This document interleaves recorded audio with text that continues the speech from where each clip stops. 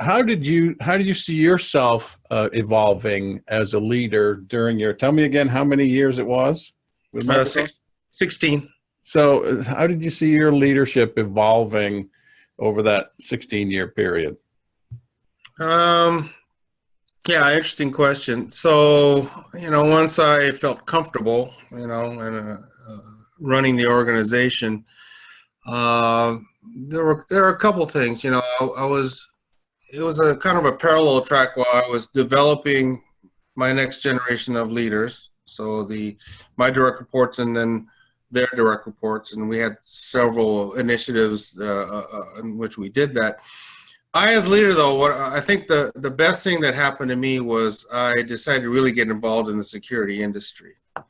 Several major organizations, like as is the American Society for Industrial Security, which is really the largest organization.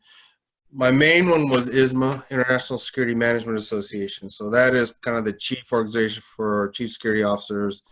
Most of your Fortune 50, Fortune 100 companies are represented. I've been a member of the organization for a while, but I made a conscious effort to get involved in committees, various committees. What did that do? It surprises me that you're saying this. So what did that do for you, this idea of getting involved in some of these organizations?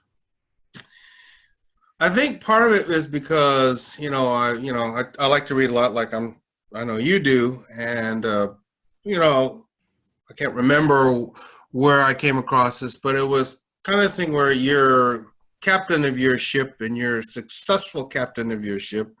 And at one point, when you take a step back and strategically kind of take a look at where you are and your place in the organization, as well as where strategically you want to take the organization, in my case, global security, I said, we've built a world-class organization. We've got these global operations centers that are the gold standard within our industry. We've developed these unique programs to bring money into the company, even though we're a cost center. We've, blah, blah, blah, got the right people in the right places. Okay, but you start to believe, you don't want to get to the point where you start believing your own BS, right? You start believing that you know everything.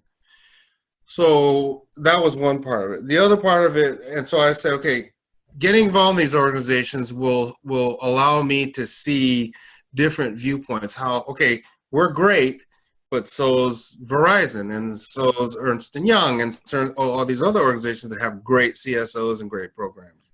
So what can we learn from them? Well, first I got to make a step and lead by example. So joining these organizations, joining these committees, and then eventually getting on the board of directors of ISMA, for instance, first, was an eye-opener because, next thing you know, I'm on a board with, 12 to 14 other chief security officers, all great leaders in their own right.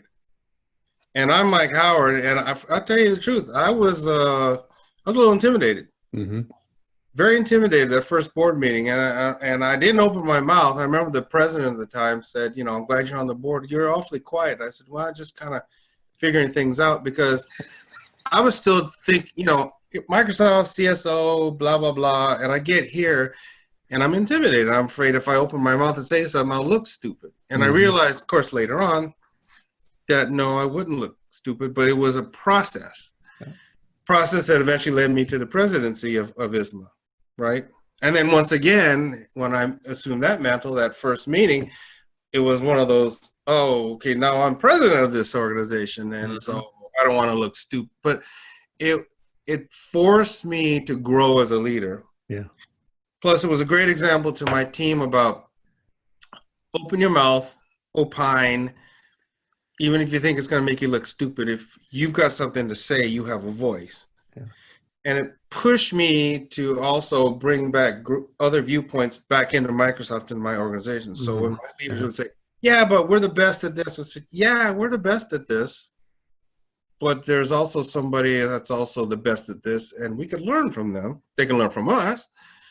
So it just helped me to grow. And then As Is was another organization that I became head of their CSO advisory board. And again, all these things just helped me to grow. And I think more than anything else, the industry experience helped me grow as a leader. So yeah, that's a long answer to your short question about, what changed? And Well, I think it's so interesting. Yeah, I'm starting to think things like, as I hear you talk, bring the outside in, or in this case, go to the outside, obviously, and connect with the outside, get another perspective, get other eyes, get, various viewpoints, because you can, as an organization, get ingrown.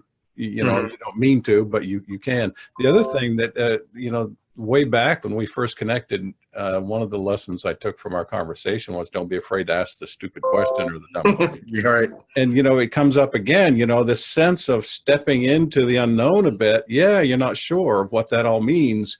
And maybe you will look like you don't know, but what's the alternative, right? I mean, it's not growing. And it's so cool to hear you talk about growth. And let me ask this about growth in particular.